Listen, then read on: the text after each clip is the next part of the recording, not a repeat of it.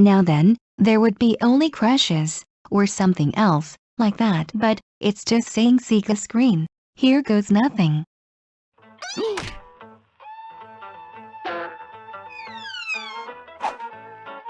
Get back here! That's better. And with 10 minutes to spare, huh?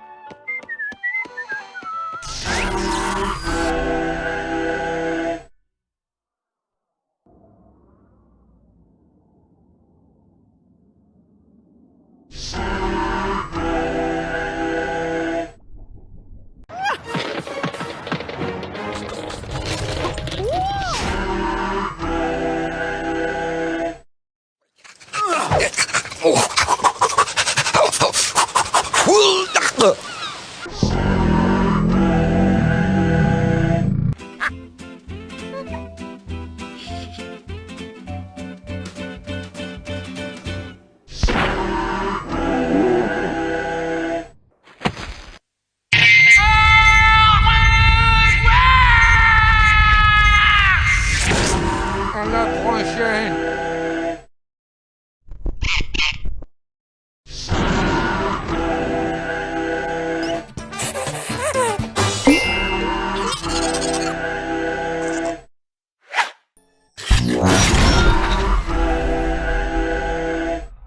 Hi Sparky, how are you doing? Right, it's nice to meet you. Let me feel it for you. That really hurt. Sparky just stung at me.